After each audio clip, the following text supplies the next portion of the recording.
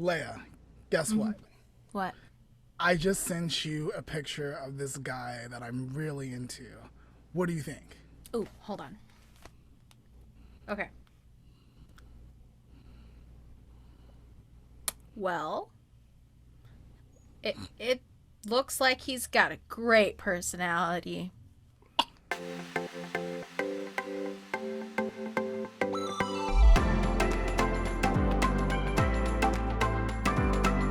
I'm Lamont, and Beyonce's my personality trait. And I'm Leah. Blue hair is my personality trait. And you're tuning into the Lamont N Leah Podcast. Welcome, everybody. Today we're going to talk about personalities. So today we have a special guest, and his name is Nathan Jones, and he is a fellow podcaster. His podcast is called Life Tips, so go ahead and check it out. Today we're going to be talking about personalities. We're going to find out what his personality is like. We're going to find out what Leia's personality is like, and we're going to find out what my personality is like. So, are you ready to go get him, Leia? Let's do this. Welcome, Nate, to the Lamont and Leah Podcast. We are so glad that you can join us today. Would you take a few seconds to introduce yourself to our listener and viewer audience? Sure. So I'm Nate. I am from the Washington, D.C. area, which is also known as the DMV, D.C., Maryland, Virginia. So kind of right on the border of D.C. and I'm in the Maryland side. But again, we're so close to D.C., it's not even funny. I am a podcast host. I am a speaker, and I'm also a Lyft driver, and Christ follower, son, sibling, boyfriend, everything under the sun you can think of. Sounds great. That's great. So today we're going to be talking about personalities and personality traits and like where they come from, how they're developed, and you, myself, and Leia have all taken the free Myers-Briggs test. And if you're listening today, we'll have that link for you so you guys can also take that test as well to discover your personality. Exactly. So make sure you check out all the links in our description. By the way, our description always has all the links that we talk about, including our guests, their contact information, and everything. So make sure you're clicking those and reading what is in there. But let's get on to the actual subject. Yeah, so have you guys ever thought about what personality is or how you would define personality? Yeah, I have. I guess we're taking turns, so Yeah. I'll go first. So for me, personality basically makes up the essence of who you are. And obviously when people ask about you, we typically give the usual details, of what we call an elevator pitch. But who you really are is actually housed in your personality, and in order to get there, that requires intimate, personal connection with you. That doesn't mean oh, we're business partners. It doesn't mean we're associates, because those titles, those labels, they can only take you so far with regard to displaying your personality, because there's only so far in a business setting that you can go with your personality before you have to rein yourself back in and be professional. With associates, you're rarely ever in contact. They're not really in your core friend group. They just are someone you talk to every couple of months or something like that. the real way you get to see someone's personality is just by actually hanging out with them, being a part of their life, the day to day, the good, the bad, the ugly. And that's how you really see, who they really are come out beyond just the superficial. So that's pretty much, my thought process in terms of like how to actually see personality developed uh, in each other as we go throughout this thing called life. Mm-hmm. I really liked your definition of personality. I think my favorite part was the essence of who you are, because I do believe that is true. Leia, did you Right. wanna did you wanna give your definition? No. Oh, All right. good. So I have nothing. That's why. okay, it's fine. When I think of personality, I think of characteristics or Mhm. patterns of thoughts, behaviors, feelings that make up the person, and that might be unique to that person. Mhm. Mhm. And again, like we're always learning, changing, and developing. So I feel like personality does stay core, but you're always able to grow into different Yes. areas. Right. Then that's why I tapped in, the specifics of just, spending time with someone Hmm. on a day-to-day basis, because as the days turn into months and the months turn into years, we're always, as you said, growing, changing, and uh, transforming into the best versions of ourselves. And it really comes out when we're able to live life and enjoy each other's company. And if I could be totally transparent, I'd have to say that the pandemic made us robotic in a sense, where we lost a huge chunk of uh, the people person aspect of us as individuals, as humans, as Americans, because of just being cooped up in the house for months on end with literally no other form of human contact except for family. And if you live by yourself, it was probably worse, because your family was either uh, in a different state or a few minutes away, but like you couldn't go see your family. If you lived by yourself, you just had to just be by yourself in an apartment, in a house during that entire time period, and just connect with people through FaceTime and video chat and different things like that, which helped a little bit, but it didn't really help us recapture, the essence of personality. And so the pandemic made us robotic to the point where when we were allowed to go back outside, all the stuff started happening, the shootings, the violence, uh, the insurrection at the Capitol. We just stopped tapping into our humanity pretty much.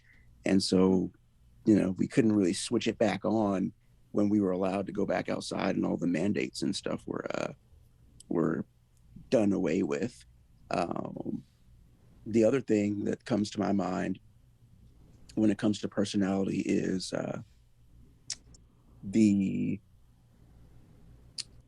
let's see the behavioral pattern that we like to refer to as introvert, extrovert, or ambivertism. That's not a word, but basically what that is that, like, as you assess someone's personality, you can tell by how active they are in conversation, or just even by looking at them, you know, whether they fall in the line of being an extrovert, super outgoing, introvert, super quiet, or ambivert, which is a mix of both. I can tell just by looking at these two right now, since we are, you know, live and we're also physically able to, see each other on screens. I can tell that Lamont and Leah, they work together very well. Their personalities are just a little bit different. I'd have to say that Lamont has a little bit more extroverted tendencies to him than Leia does. Just based off of, the few minutes I've been able to spend with them. So those are just, more of my thoughts on personality that kind of related back to what you were saying. Mm-hmm. Yeah, I think you nailed it right on the head, actually. So, and that was only that was our first introduction, and I wish we had a timer, Leah, in 3-5 minutes. I was thinking during this whole thing so that I can also have my own definition here. But I'm thinking personality is, like Lamont, you said, what makes a person unique. And I think it kind of like what differentiates us from people. So I think it goes in like the triangle, what is it? The triangle of human needs or whatever. Maslow's hierarchy of human needs. Yeah, so I think it's kind of like laid out similarly to that. So at the bottom, we're all human, right? We have things that we share with each other, like wanting to belong, wanting a purpose. And I think one up from there is like what we share with some people, but not everybody. So like introvert, extrovert, religious or not religious, if you respect authority or not, things like that.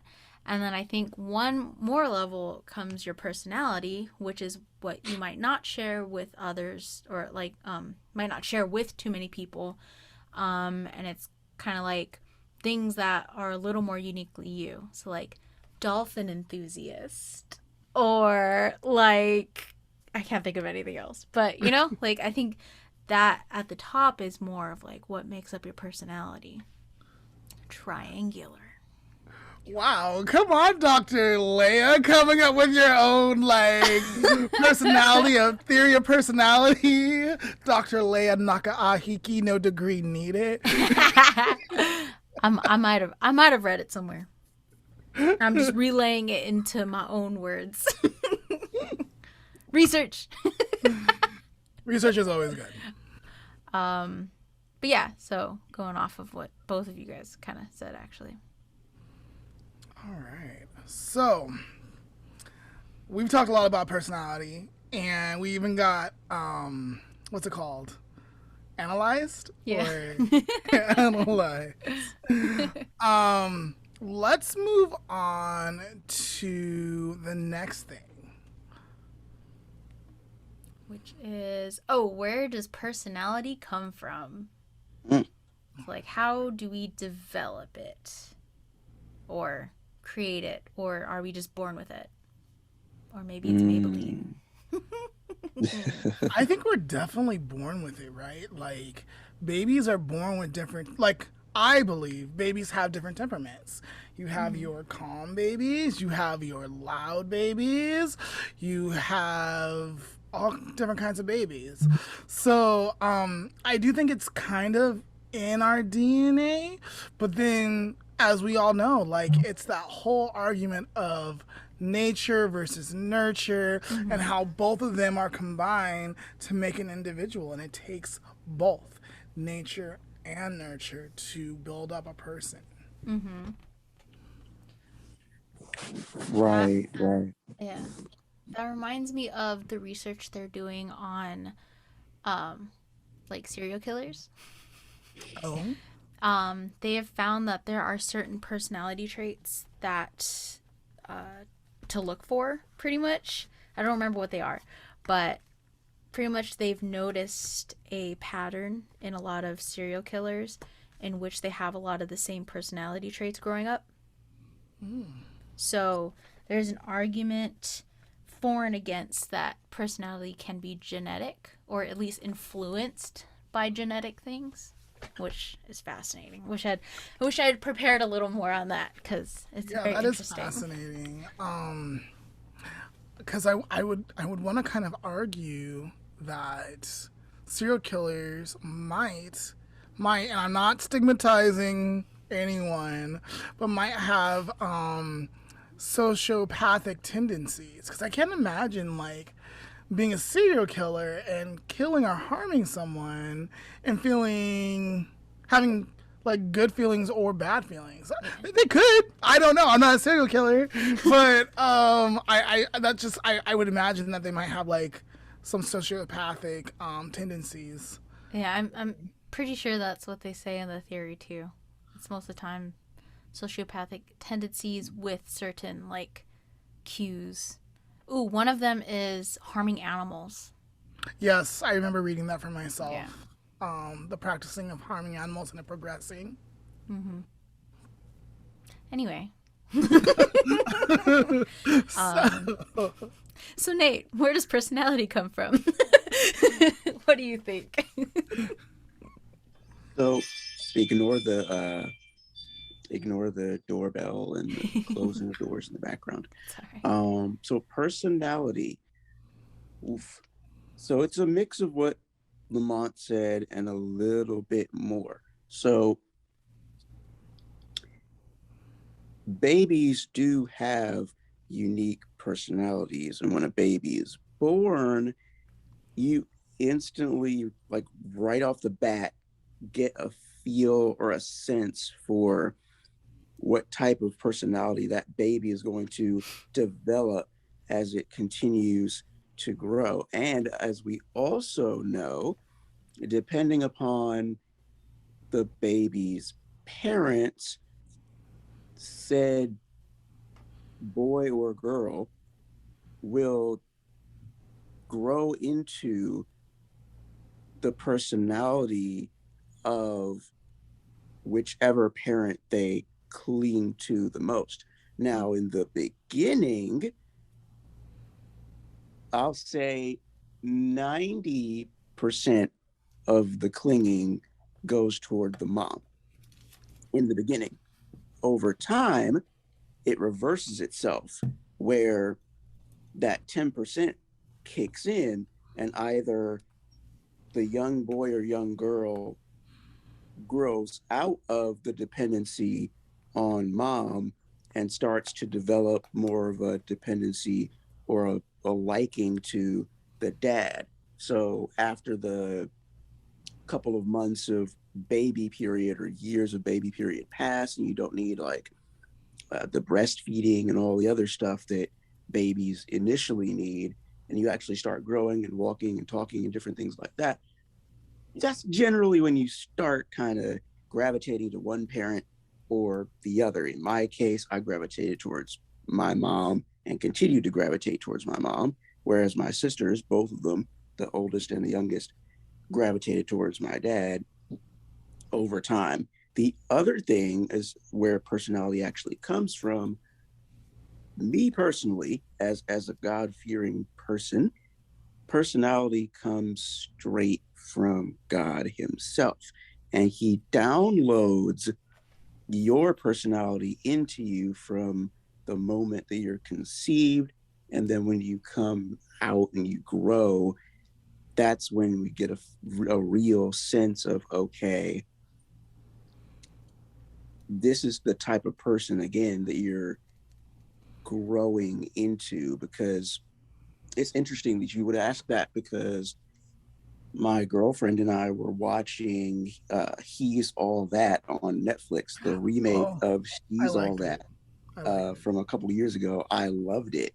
And what's interesting about that movie is that um, who we mate with is kind of influenced by the personality trait that we have and the personality trait that we would like to have in a significant other, based off of the personality traits that are already around us in the current moment.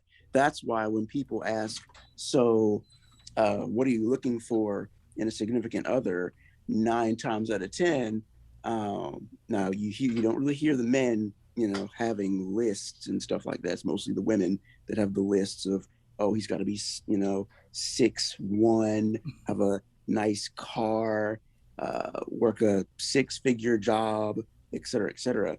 But that list, if you think about it, that list of what you want in a significant other when you get older, around, I would say, the teenage years, because that's typically when, that stuff starts anyway, 13, 14-ish years of age.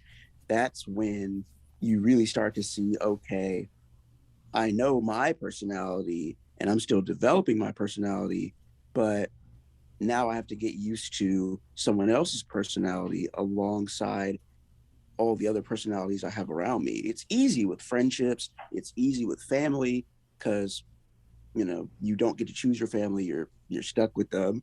And your friends, you can kind of like bounce in between friendships depending upon your comfort level. It's a little bit more serious when it comes to partner, mate, et cetera, et cetera. And that's one of the things I had to learn about myself last year when I met my girlfriend, was that, hey, your personality and her personality are pretty much identical. And whereas,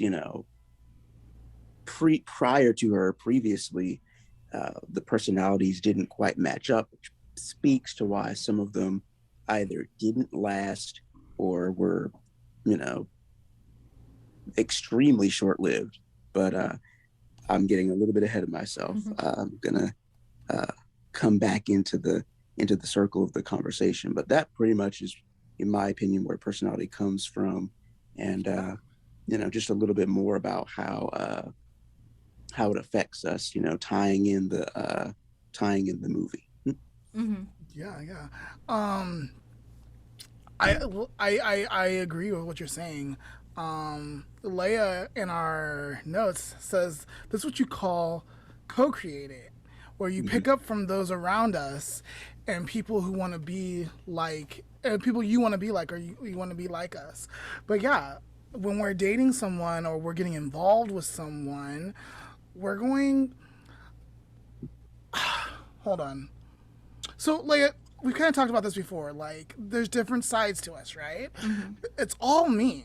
Mm-hmm. And I have all, like, I can, but like with certain people, a certain aspect comes out. Mm-hmm. So if I'm dating someone, I'm with a girl or a guy that I like, I might be a little bit different, maybe not too much different, but a little bit different around them because they've influenced me, and now I need to watch out for their behavior. Actually, I think that's kind of like the common comment, without getting too much like into your business, Leah, but like your fiance has a stance on something, and you're kind of like, hey, like, I'm not trying to upset him, so we're taking it day by day to see where we get to a resolution, right? Mm-hmm. And you're letting that affect you, whereas if you were single or individual, you'd be like, you know what, I'm gonna go do it.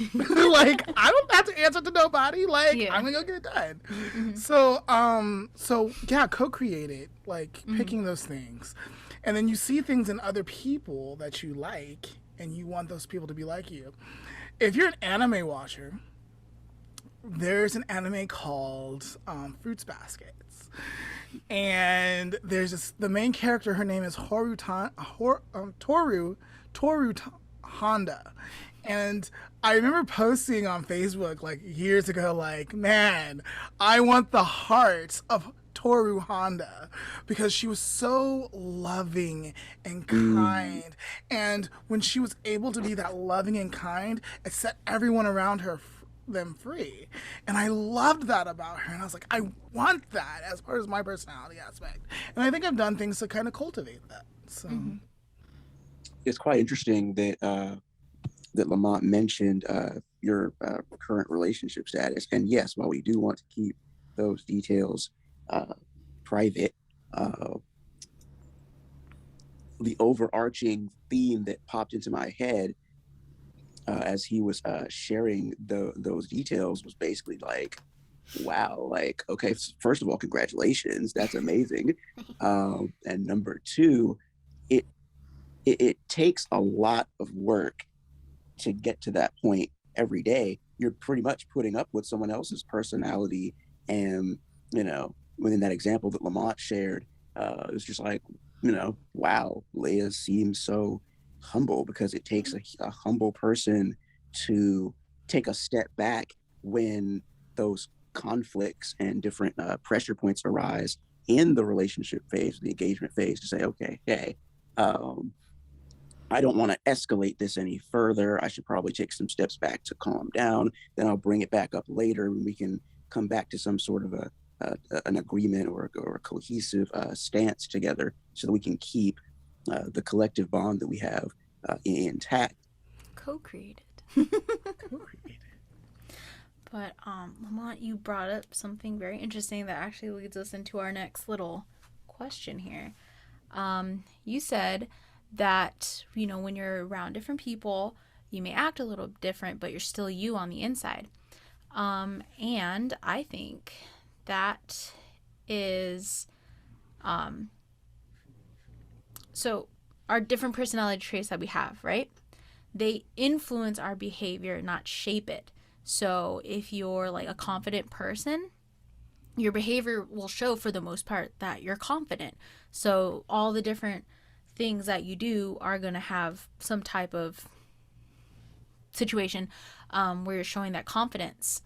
But it's always going to be with the basis of that personality trait. So even though around one person you may be more outgoing and another person you're a little less quiet and a little person you're more goofy, they're all going to be influenced by that personality trait that you have. I found a list of personality traits because, you know, when you talk about personality traits, you're like, okay, yeah, I know what that is, but do we? Like, does someone have a list? What are a list? Because there are a lot out there, even though a lot of people try to, like, simplify it. There's a lot of simplification and something called, like, the main 5 or whatever, but... Oh, the big 5. I Yeah. wasn't sure if I was feeling that. Yeah. I was doing some research and I was like, I'm not sure if I'm feeling this. Yeah, so I think people try to simplify it, but I found a nice list of personality traits that I liked because it was just a long list. So I'll read just a few of them.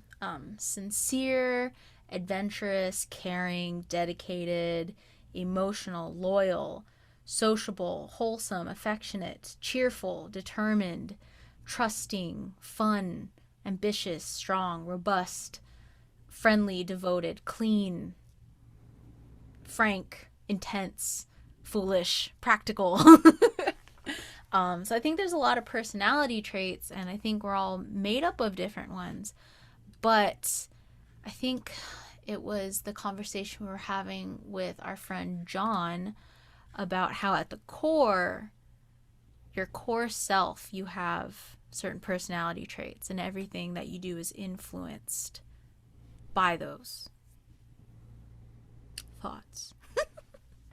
No, I agree. Like I said, I think we are at a core ourselves, but around my friend Caitlin, like that dirty, perverted, fun side comes out, and we're joking and being funny and goofy.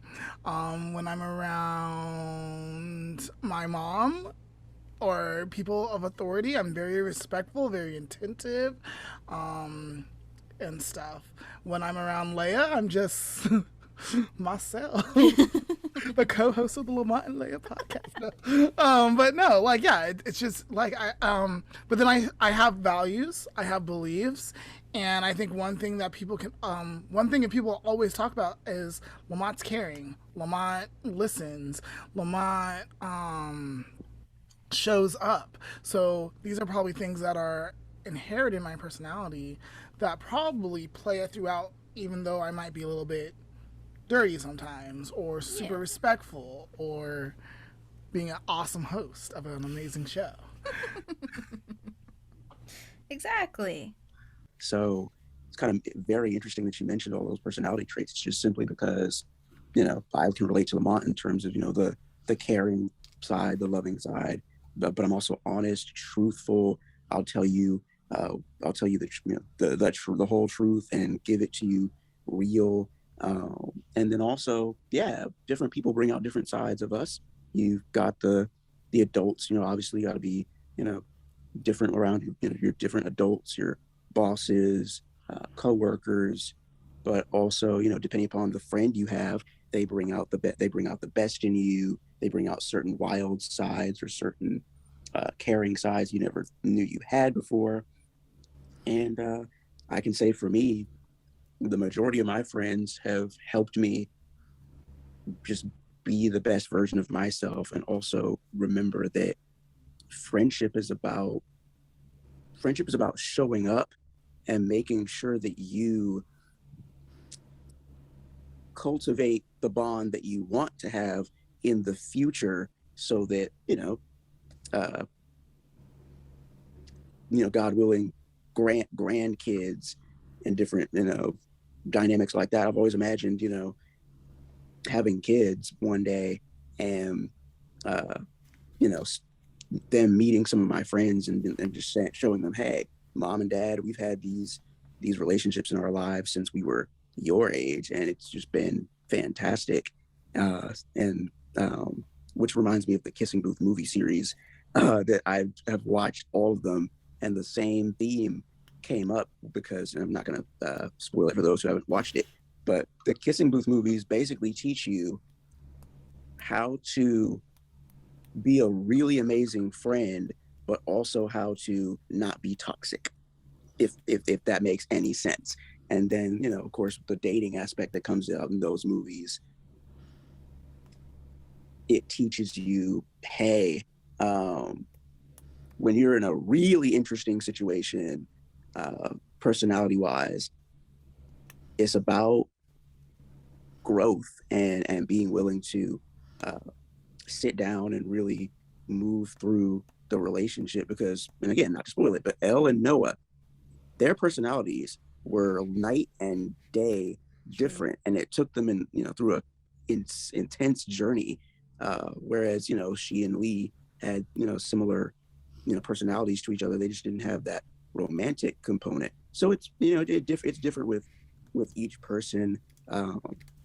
I know we're going off on tangents, but again, I just wanted to relate that all. I want to relate that all back to what we were saying, because I thought about that. I'm like, wow, if to the outside looking in, having just met these two face to face for the first time, and seeing as of course Leah is engaged, I wonder what her fiance is like. Probably the opposite, because opposites attract, right? Just spitballing an idea just based off of being around you guys for these couple of minutes. And then Lamont, whoever Lamont is with, that's a lot of personality. So I hope he or she likes it. Well, there's nobody, but thank you. Not yet. One day, Lamont, one day. One day. Oh, Leah. Oh, okay. Let's keep going. Okay. So yeah, we've been talking about how it influences, our personality traits influence, what we do. Yes. But I guess the question would be how? How do personalities work? What is the process in which our personality traits influence our behaviors? And I actually found a video. I know, Lamont. I found a video this time. Wow. It was me. I found a video. We're just going to watch less than a minute clip out of it, because it's a long video. But still in my mood. Right. I thought it just explained how personalities work a lot more succinct than me. So Okay. let me go ahead and open it up. This is explaining kind of how personalities work and how your personality traits influence your behavior, yada yada. Okay. So let's move on to how personality works. We display traits through something called psychological mechanisms. You need to remember this term too, because it comes up almost as often as traits does. Psychological mechanisms are like traits, except that they are the processes of personality. Now, a process has three parts: the input, the rules, the decision rules in the middle, and then the output. Our traits determine the output, and sometimes they even determine what type of input that we encounter. Let's say you're a courageous person. The input is a dangerous situation, so you have rules in the middle, right? Decision rules. These rules are based on your traits, and they make decisions on how you act. So the output, if you're a courageous person, is to face danger. Now, if you're not a courageous person, the output will be you fleeing the scene. So let's go over these two again. Traits are characteristics and are the individual words that we use to describe people. Mechanisms are the processes that people follow based on these traits. Well, I actually like that though. That makes sense to me. I was able to follow that. So like I never thought of that, like how they did the whole process thing, and then the input, the rules, and then the output. Output, yeah. So I think that kind of goes back to how you're saying. So Lamont, you are a kind person, but when you're with your friend, that's a little more like wild. You act a little more wild with them, but like you're not doing with any ill intentions. Or when you're out with your mom, I think we've talked about this before, like the cell phone thing. She doesn't like when you're on your cell phone, so you put your cell phone away, and that's you being kind. So that's the output. So yeah. Yeah, sure. What are some other examples? Let me think. Where's my list of personality traits? Okay. So if you're kind of like a more informal sort of person and you come across a situation like a business meeting,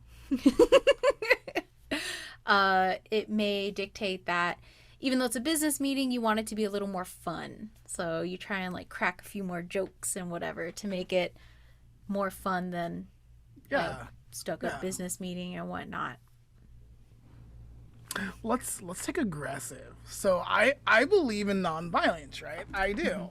But put your hands on me. Would that be the input? Yeah. The rules change quickly. Mm-hmm. And the output would be you just started violence. Yeah. And it didn't have to go that way as long as we would have kept our hands to ourselves and we used our words. Mm-hmm. The video actually mentioned that. They're like, oh, really? So usually your output, the rules would be dictated by your personality traits.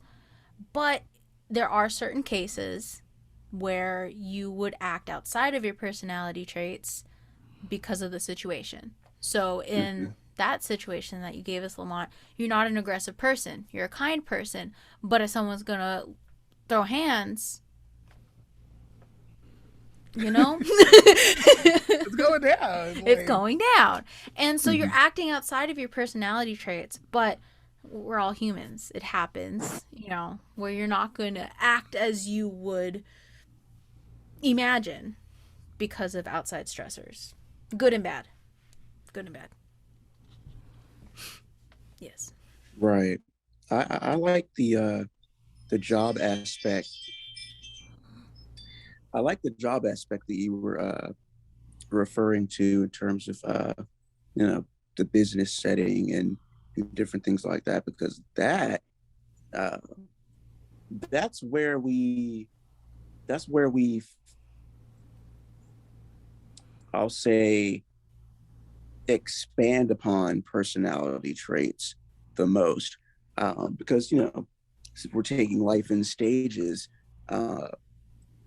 Majority of the time, from the time you're a baby all the way to teenage years ish, you're not working. Everything's basically paid for. Once you get to the teenage years, you're 16, 17, that age range where it's legally appropriate for you to start working. That's when most of us start getting the typical, Chick-fil-A, Popeyes, those startup jobs. And when you have those startup jobs, they may seem pathetic because, you're only making $8, $9 an hour, but they're teaching you how to conduct yourself in the workplace, and it only goes up from there as you continue to grow. So you think about college students who were, out in their fields with their degrees, working in their line of passion. You've got, you know, the coworker aspect where you have to deal with different personalities on your job, and depending upon the types of people that you're surrounded by, you're going to have to either do a tiny bit of adjusting or a lot of adjusting based off of the work environment that you're in. So when you originally said, you know, how do personalities shape or impact what we do, it plays a huge part in what we do like crazy, because, you know, when you're a high school student, you know, the typical thing to do is say, okay, I'm going to go to Stanford or Loyola or or Michigan State, Towson, and major in engineering. And you based that decision off of engineering passion that you had up until that point. But when you get to college and you're actually in your major, then you get down to the nitty gritty, and there's more technical stuff to engineering, to where you can chart a pathway towards graduation to say, okay, this is what type of engineer I want to become, not just, oh, I'm in engineering and I'm going to have an engineering career at, you know, some random facility. No, you get to actually, you know, break it down and, you know, forge where you want to go in life. Now, does it happen that way? Yes and no, depending upon who you are and the path you take, or in past tense, the path you took out of college. But yeah, how your personalities and what you actually do, that does play a major factor, mostly because your decision to craft a career based off your personality is directly tied into what you have a passion for. And it's not so much influence. A lot of the times when we just go off of influence, it's mostly because we have a super dominant parent or a super dominant two-parent household where this is the dream, this is where we want you to go. You see this in movies, and the young person or young people growing up, they don't really get a chance to figure out where they want to go based off their personality trait and their interests, because it's being controlled for them by an outside source. And it typically doesn't end well, because eventually the outside source gets upset because you chose to go in a different direction. So yeah, work and what we do and personality traits, yeah, big topic. I'm glad you brought that up. Yeah. As he was talking, Leah, I kind of thought that was kind of Leia's story, where the dream was getting Leah to the Hawaii school and having her do her degree in, was it Marine biology? biology. Okay. Like, I was like, marine, like in my head, I was like, marine life, like aquatic life. Like, I was like, no, that's not the degree. Like, what was the degree? So marine biology. And yeah, you stuck it out for about a year and a half. And then you're like, you know what? I'm living on my own. And I want to get a digital artwork. Yeah. I have a passion for this. Sorry, Mom. Major change. Yeah. That was interesting. A very interesting change for her. Aligned more with my personality and things I felt passion for than marine biology did. All right, Leah. I think it's time for us to take a break. Okay. Yeah, let's do that. get some water. Stay hydrated.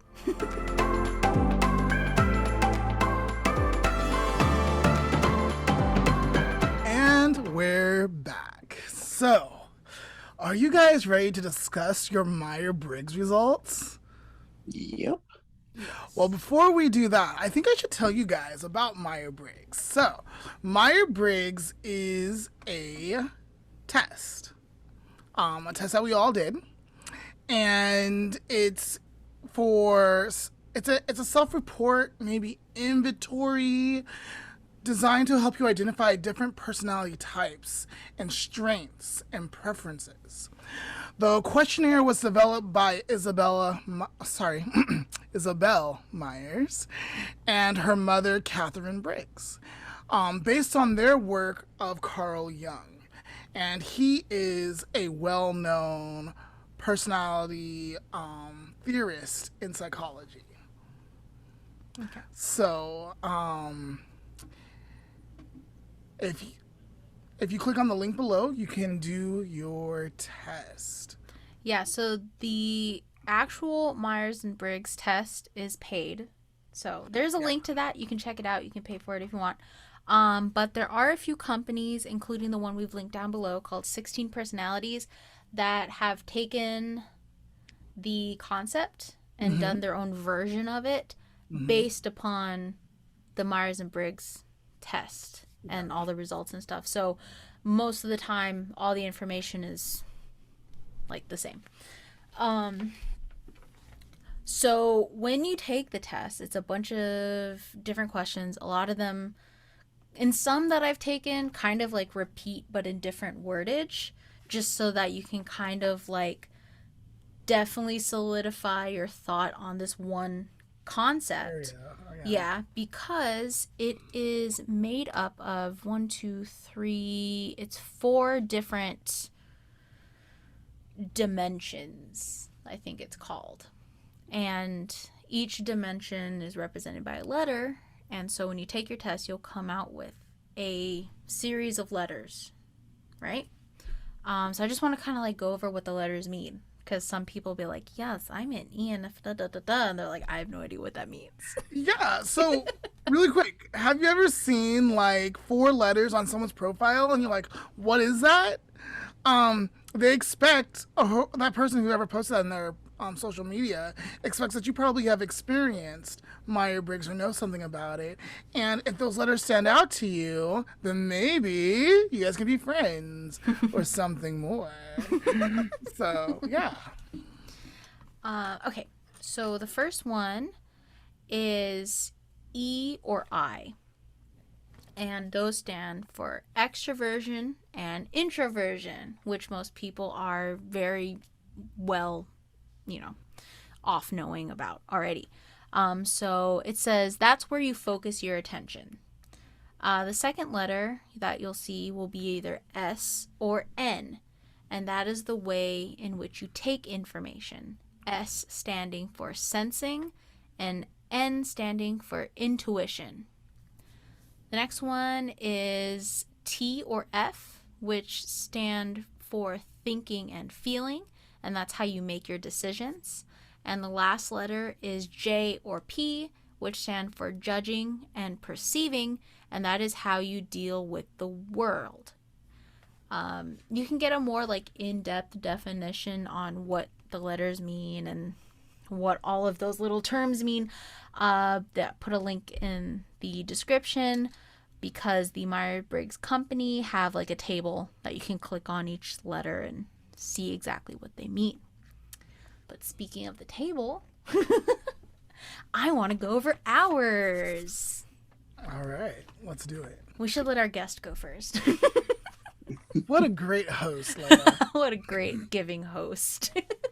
All right, so Nate, what were your results? Wow.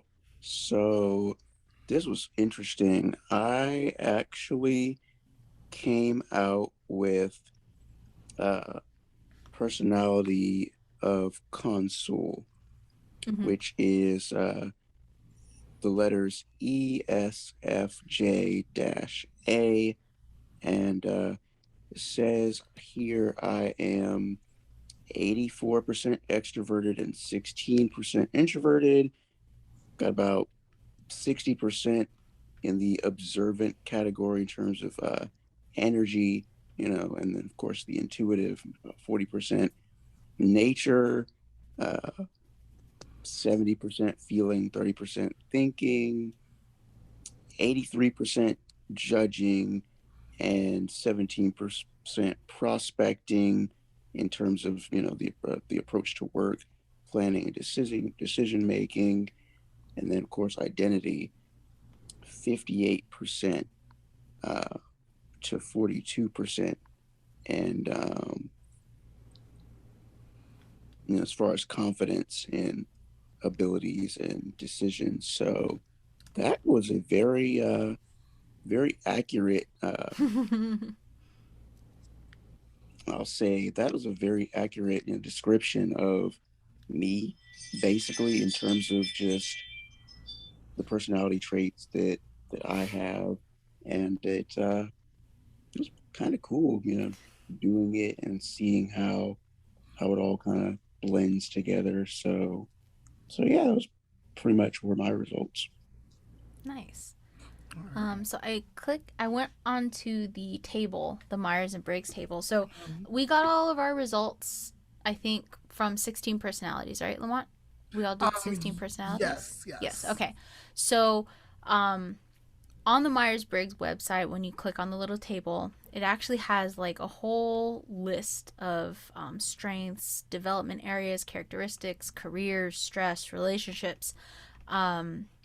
So on the Myers-Briggs test, according to them, ESFJ strengths tend to be sociable and outgoing, understanding what others need, and expressing appreciation for their contributions. They collect the necessary facts to help them make a decision and enjoy setting up effective procedures. Some development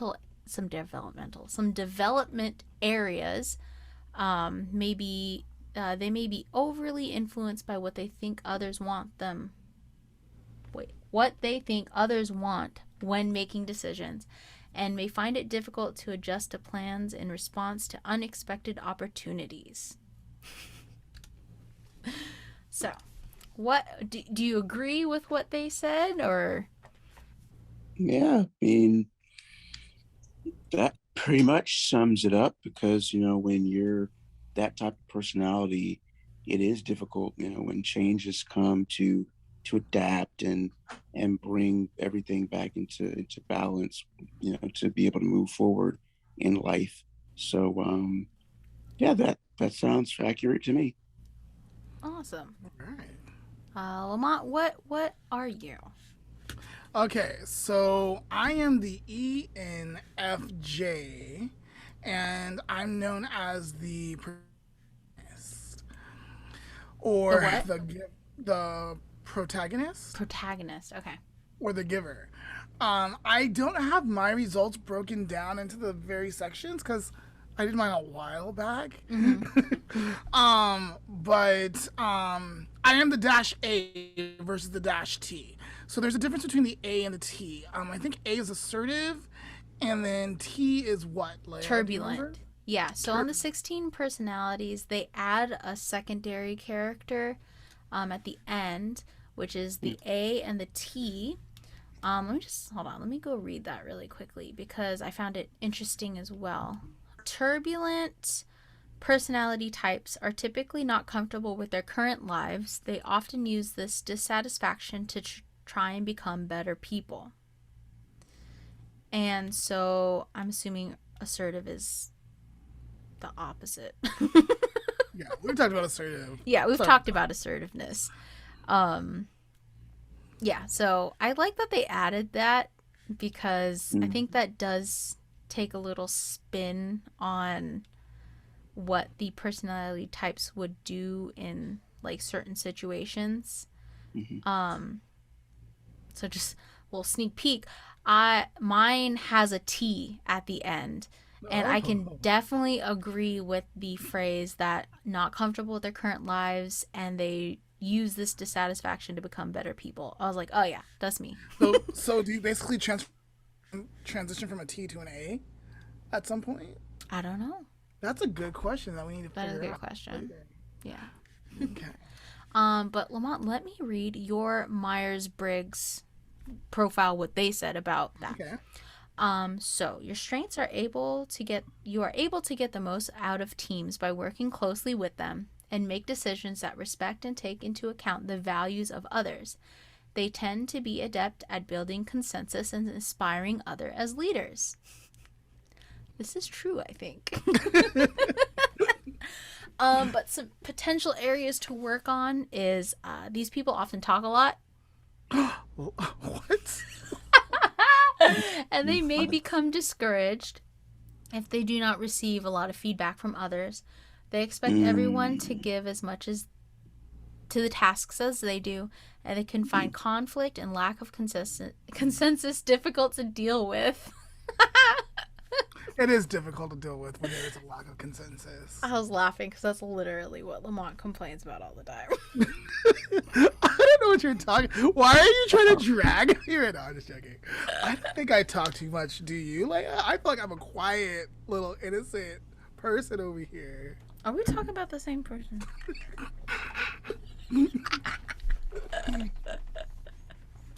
All right, Leah, you're up.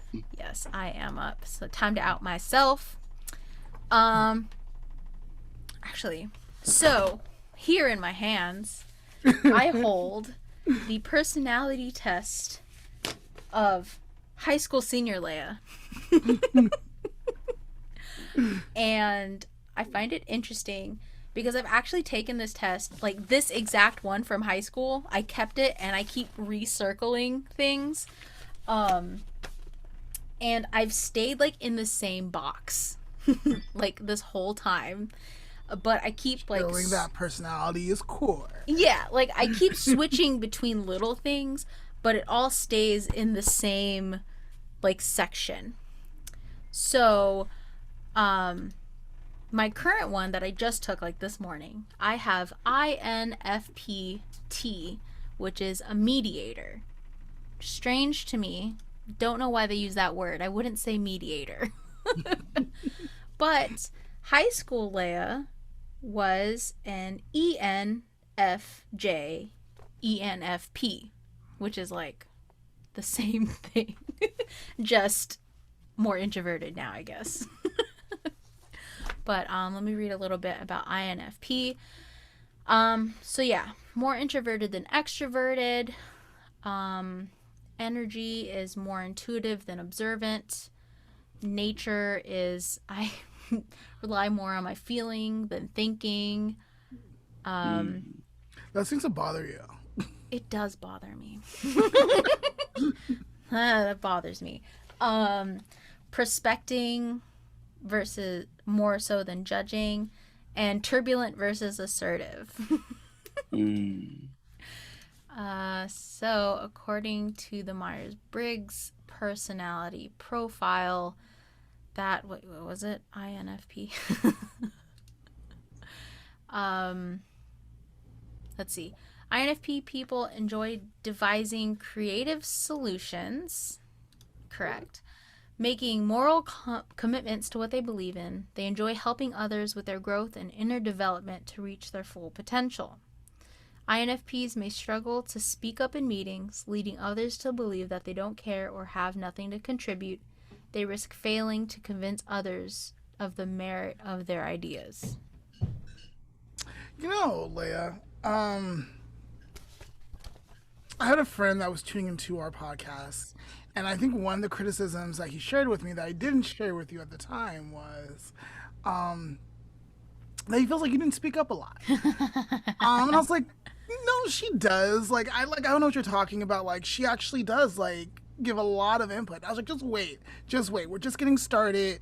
Maybe it's just new, but like, she'll be fine. She'll grow into it, and she's gonna be phenomenal. And like, most of the comments that we get now is like, Leah has an amazing voice for podcasts. Leah is so amazing. I love listening to her. You know, So that friend was kind of wrong, but maybe he was picking up on that initial like Possibly. But yeah, so I know it can kind of like change over the years, but I'm not really pleased with the one I took today. I feel like I vibe more with the one that I took a few years ago, in which I got INFJ instead of P, which, what did J and P stand for again? Judging versus prospecting, which is how you live. Judging versus perceiving. Hold on, I need to read my notes again. I have so many. I think it's perceiving. That sounds right. Yeah, perceiving. It's how you deal with the world. And so let's read 16-year-old Leah's notes here from high school.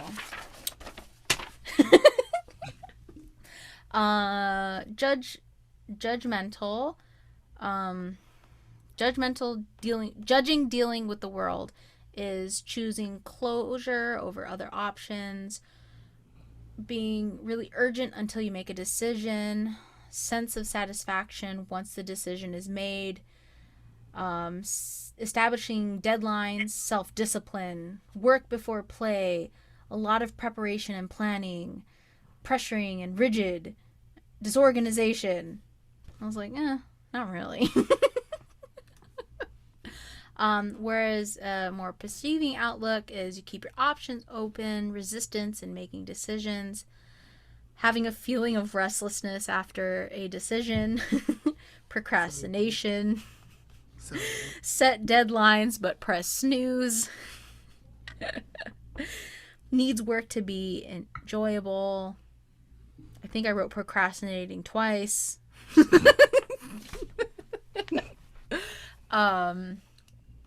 So, I mean, I don't know. I think I go back and forth a lot of the time, but for the most part, it is interesting to me when it's so close. Yeah. It's kind of eerie.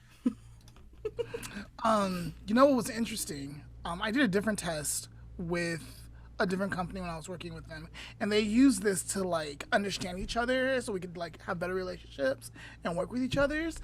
And I had originally scored low in all areas. Like not low, but like it came up with my thing, and I was like, this is who you are as a worker.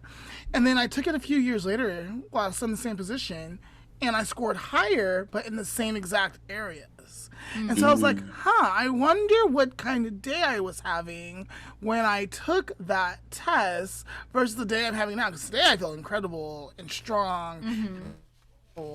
And so also I think I looked up some words I didn't understand when I first took it, because I was like, you know what, I never really understood it. And so when I looked it up and I was like, oh, okay, and like I just answered some things, and then it was a higher score. But like it was the same letters, or I don't think they did letters, it was something, same numbers, something, but higher.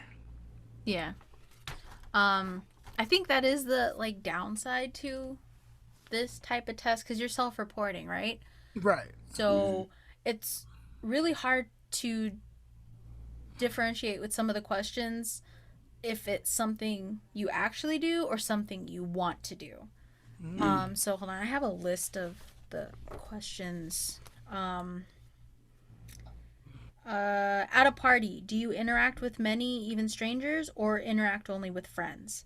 So it's like, how do you answer something like that? Because if I'm not feeling good, then I'm probably just going to interact with my friends. If I'm feeling uncomfortable for any reason, I'm going to just talk to my friends. But if I'm having a great time, I'm feeling myself, I'm dressed real good, I'm going to meet everybody, like, hi. Right. Same. Because I was thinking even myself, because I'm an extrovert, right? Like, well, how am I feeling that day? Like, that was the first thing. Like, am I in a mood to, like, talk to other people? I may not be in the mood to talk to other people. I might be like, I'm here for my friends, and I'm here to live it up with my friends, and that's it. Yeah. So another question is here: are you more interested in what is actual or what is possible? That's so hard. It's just like, I want to say what is possible, Yeah, because like, I want to say what is actual, but then like I'm like, but realistically, yeah, exactly. So I think there are a downside to these Yeah, I think there's a downside to these because it is self-reporting and it can change depending on like your mood for that day, your situation you're in, high school versus post-college. So it's Right. like, So many different experiences. yeah. And so a Or lot of not different, many more experiences. more experience, yeah. So a lot of people kind of say, "Oh, personality tests don't work at all." I disagree. Yeah, I think they can, but take it with a grain of salt. Take it with a grain of salt, but again, like, I think it goes back to that core, like, who are you at your core value, and then allow for the slight changes. Yeah. So like even if you compare my high school results to today's results, they're all within the same realm. Like it hasn't changed. I'm not all of a sudden a super scientific minded guardian, you know? Like it's not happening. So, grain of salt. They're good, especially in a business setting, depending upon, of course, the area of concentration that you're going in. But yes, I do agree. Take it with a grain of salt because the personality test doesn't define who you are on the inside. Who you are on the inside overrules the personality test because you can change, you can develop, and there will be things that you will take away from to build upon in the future as life goes on. I agree. And when taking these tests or any kind of tests, like these personality tests, because there's so many out there, they're tools to help you learn more about yourself. And so take them seriously, but also don't take them so seriously to where you block out everything else or you limit yourself to possible growth or stuff. Good point. Yeah.